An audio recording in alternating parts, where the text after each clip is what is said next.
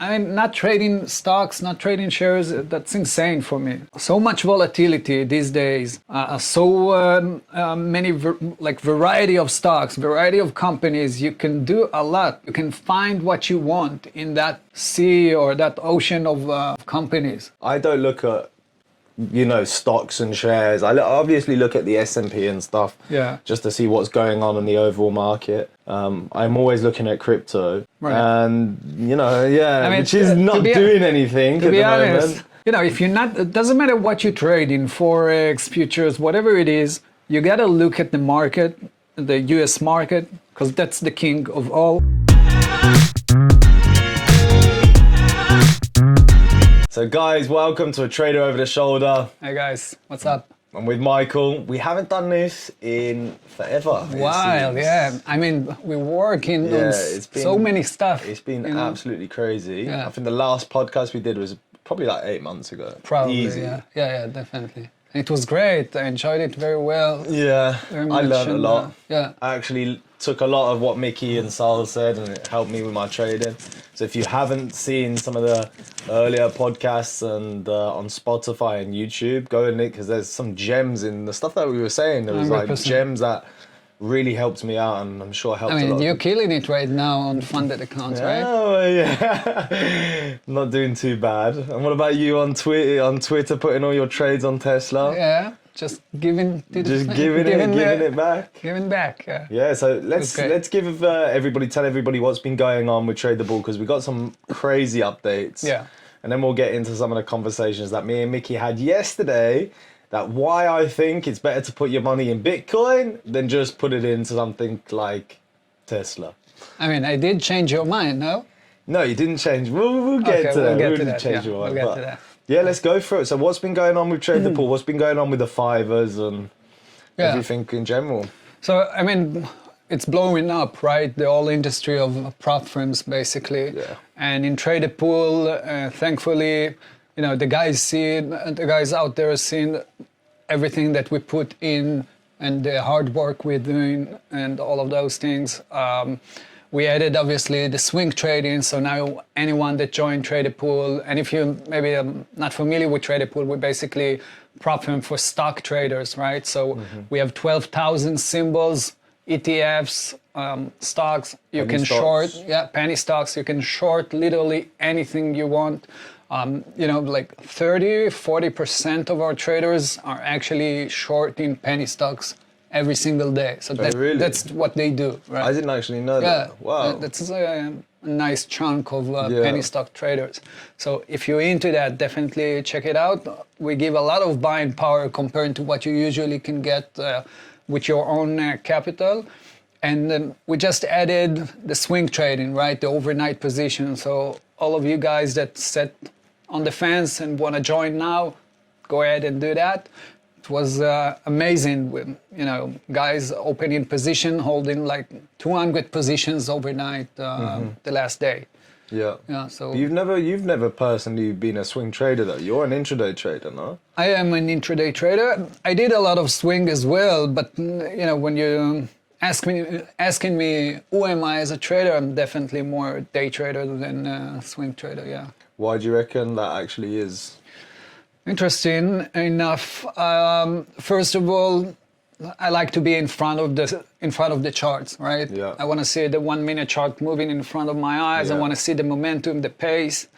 I love making real-time decisions, and swing always bored me, right? Because I really enjoy trading, regardless of the money, right? Yeah. I really enjoy the act of trading. And when you're doing swing, in my opinion, I'm sorry, I'm not offending anyone. Yeah. In my opinion, it's kind of boring. You analyze it and then you click and you wait like few days or few weeks until you see some movement. I want to see the action. And they say trading should be boring? Like good trading is boring. It is. Isn't that? It's supposed to be boring in a way that you know what you're doing all the time, right? So you're doing the same thing over and over again and making that's what. That's the idea of the boring part. But basically, I came with a background of a gamer. So I used to play Counter-Strike, stuff like that. Mate, that was such a good game. And, you gotta make the right decision. vision and the enemies coming from each angles and stuff like that. So yeah, I was more into That could be- RuneScape. You ever heard of RuneScape? RuneScape. No? Yeah, it was What's like that? a massive world game where you build yourself up. You go up levels. You got like little businesses that you can start cutting wood and selling wood to people. It's like a Nice. really good game, man. But Like SimCity. yeah, a little bit like that. It's Yeah. like all these other games, like WoW. Have you heard like World of Warcraft and stuff Yeah, like yeah, that? of course. So things are the same kind of concept. But it's a Nice. little bit like trading. You see a lot of gamers going from that to trading. as Yeah, well. I mean, you already know how to operate the computer, right? I hope and you so. click on your keyboard and your mouse again, and you're thinking, you have like a logical thinking, right? So it makes sense to move from gaming to trading. Yeah. And what about London? Because London was insane. Yeah. London was amazing. It was really epic. I mean, everyone that been there, us, the traders, the speakers, the sponsors, they all loved it because we did it differently. In most cases, we talked about it in the office a lot. In most cases, when you go to a show, any kind, it's Boring. very boring, very, very a lot of ties and stuff like that, wearing suits. And we brought like the Middle East to Yeah. London, right? A lot of colorness, happy stuff. We had beer, music, great speakers. I mean, top of the notch speakers, and the guys loved it. Yeah. So many different speakers from so many different parts of trading as well. You've got institutional traders, you've got professional retail traders, you've got psychologists, like sports coaches and Brad stuff like that. Simon. When I feel like trading is a bit like a sport as well, because you get 100%. those ups and downs, and it's all about obviously seeing those little small increments of how you can do better to actually make Yeah. yourself get that. I mean, it's better a edge. performance based, right? yeah. That's exactly what we do. We are athletes, exactly like LeBron James or Messi. That's Yeah. the same idea. You have stats that you need to work on, improvement every single day. Your state of mind when you go into the court, you gotta have a winner's state of mind. I spoke about it in my last webinar that I did like 2 weeks ago. So yeah, I see a lot of traders going into a trade, right?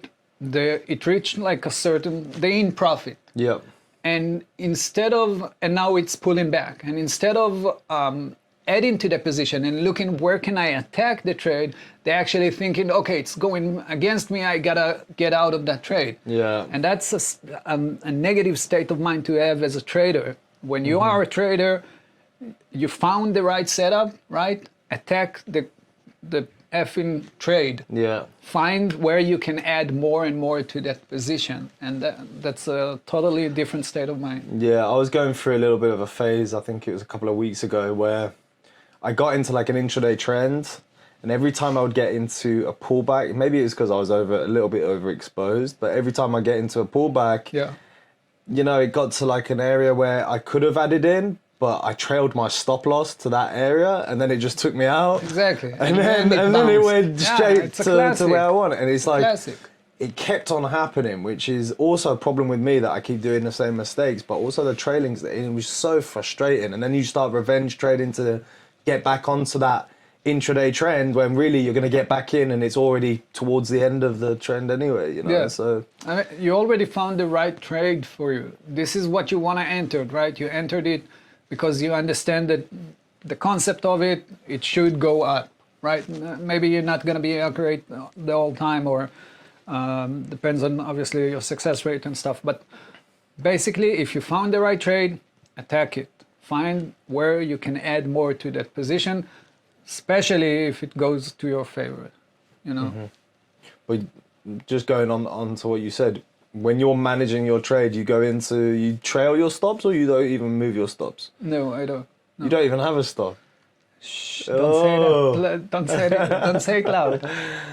No, I do have a stop. It's just not a Mental- hard yeah, stop. not a Yeah, hard you stop. just, you understand how much you're willing to lose on that trade, and as long as you disciplined enough to do so, and to get out of that trade, then you're okay.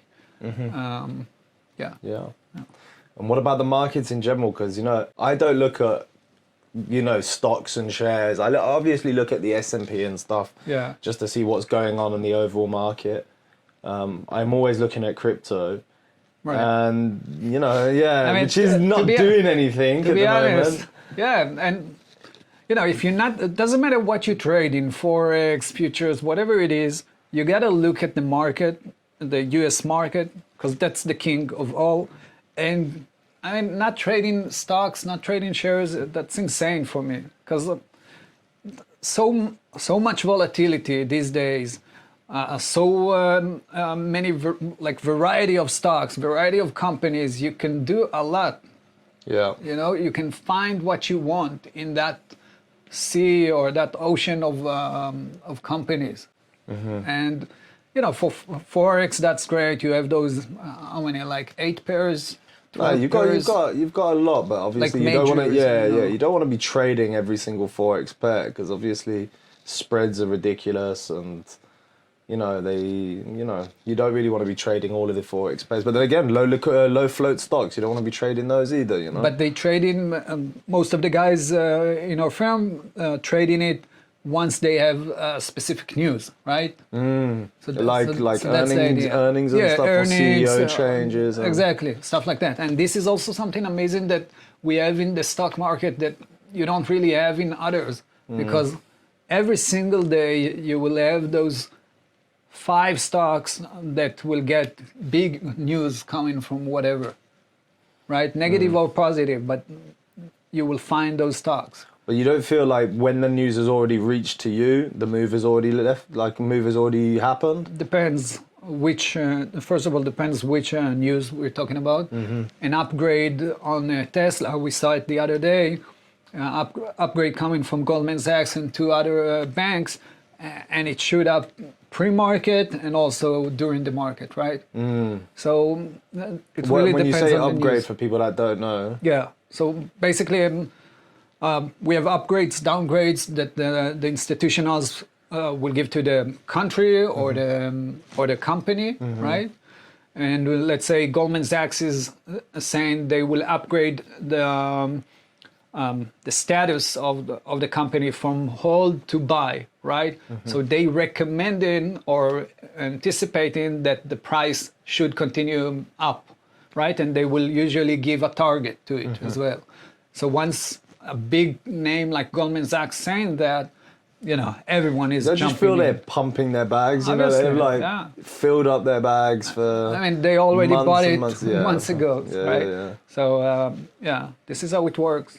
Yeah, I was looking at Bitcoin, and Bitcoin's gone up about probably like over 100% right now since the start of the year. Yeah. I was like, that's fantastic. Where else are you going to get that kind of return in like 6 months? Because it's been from 6 months to now, it's gone up 100%. Yeah. Yeah, and then you showed me Facebook.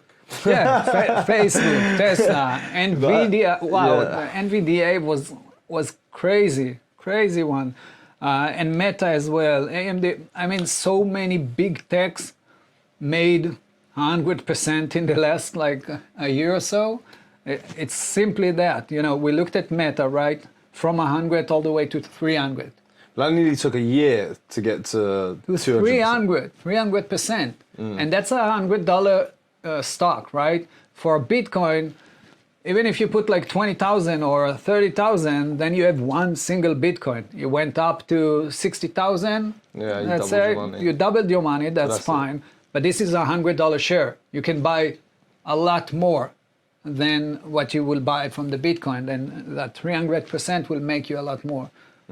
It just makes sense to me. I don't know. I can understand the hype and the trend, or maybe these Can't days call it not a trend even. now. Yeah, you maybe can't not call it even a trend. It's like a full-on asset class now. Yeah, okay, like an asset. Yeah. I can understand that, but if you want to trade and you want to find the right, if you have a lot of money spare, great.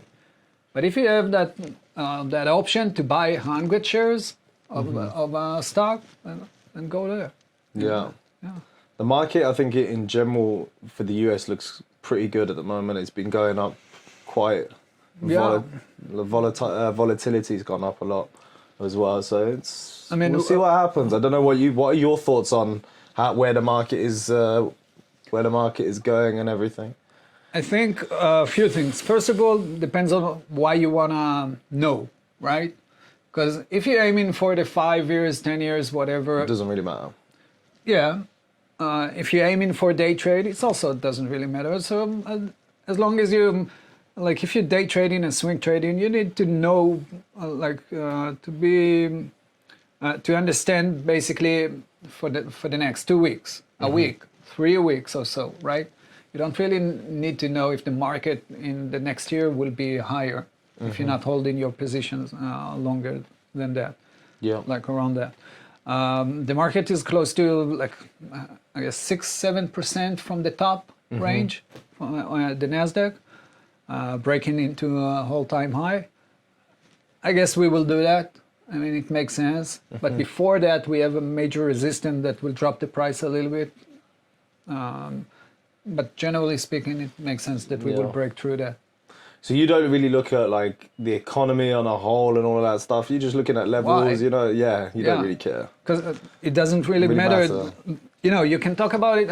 I go through Twitter, right? And you see so many guys talking about the market in an economical perspective, right? In the, like big picture. And that's fine. That's nice to talk about. But when you're talking about trading, it doesn't really matter. On, you know, as we trade on our level, let's call it, not institutional, not holding the position for a year or so. On a day trade basis, or 2-4 days, 5 days.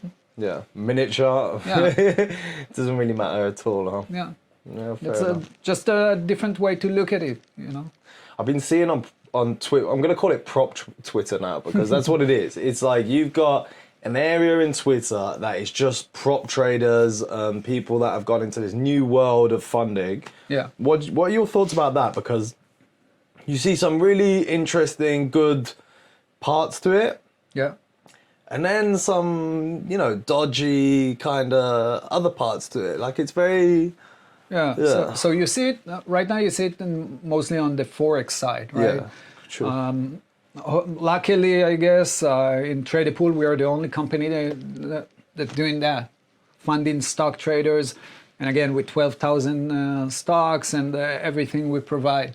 And by the way, for those of you who might not know, when you sign into Trader Pool, you also get one of our partners user for 30 days, let's say Trader Sync, Trade Spider, Trade IDs, Bookmap, Trader View, we're adding it right now.